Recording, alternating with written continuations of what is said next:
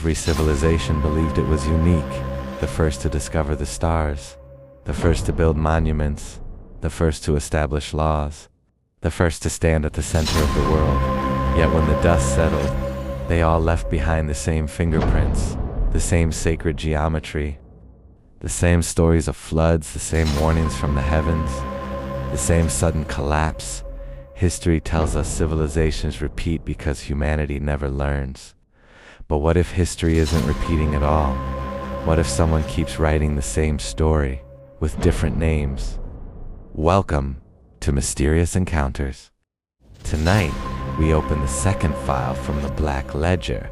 If the first file asked whether history is written before it happens, this file asks something even stranger. What if entire civilizations are copied from earlier entries?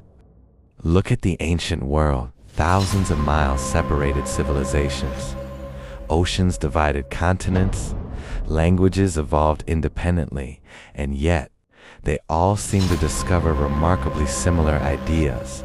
Massive stone monuments aligned with the heavens.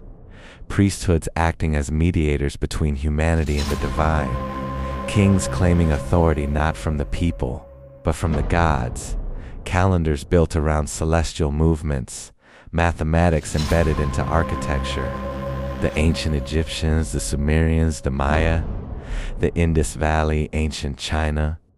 Even civilizations separated by oceans and centuries often produce strikingly similar solutions to the same problems. Historians generally explain this through independent innovation, environmental needs, and shared patterns of human development. But there are moments where the similarities become difficult to ignore.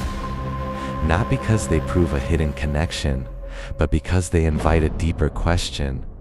Were these simply the natural paths of civilization? Or were different cultures following the same underlying blueprint? The Black Ledger does not claim to know the answer. It simply asks, who drew the blueprint? Stone remembers long after paper burns, long after libraries disappear. Stone remains across Earth.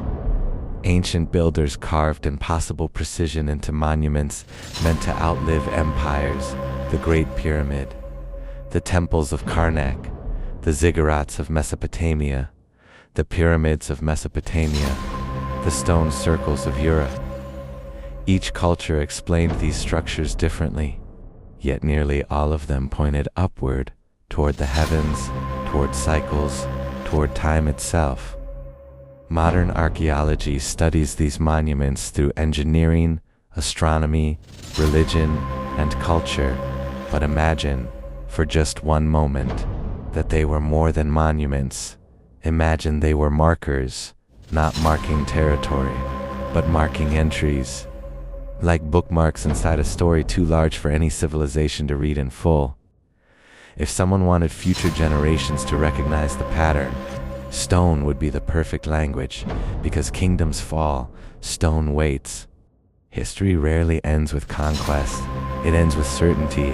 Every empire reaches a moment when it believes it cannot fall. Egypt believed its order would endure forever. Rome believed its power would never fade. The Maya built cities that touched the sky. Mesopotamian kingdoms believed the gods had permanently established their rule. Confidence becomes complacency. Complacency becomes corruption. Corruption becomes collapse.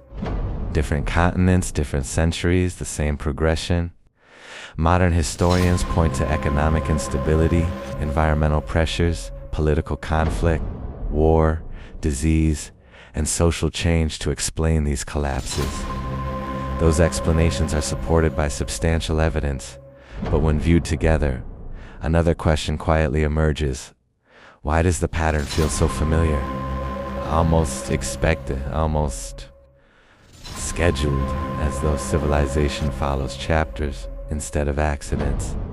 Suppose there exists a record beyond history, not a prophecy, not destiny, a ledger. Each civilization begins with an entry, a location, a beginning, a rise, an age of discovery, an age of expansion, an age of pride, an age of fracture, an ending.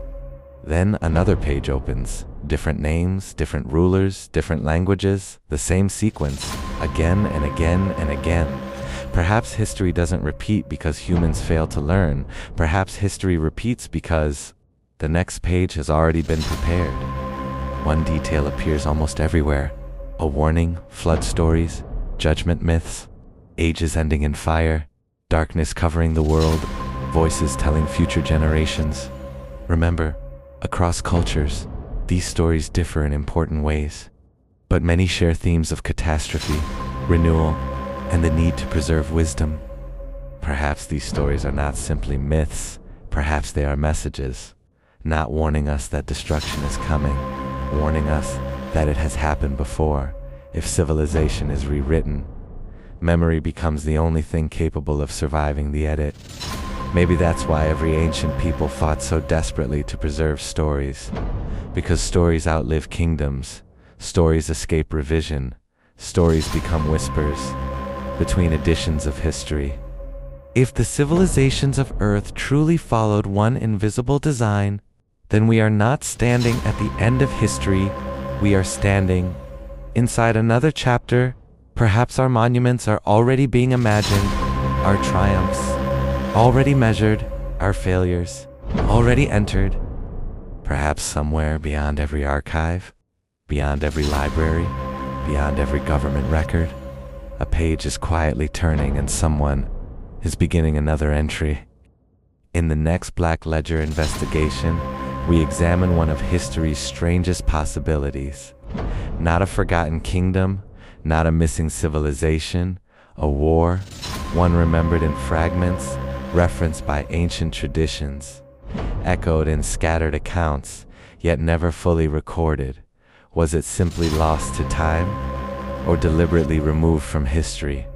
Next filed the redacted war, the ledger remains open, and somewhere another entry is waiting.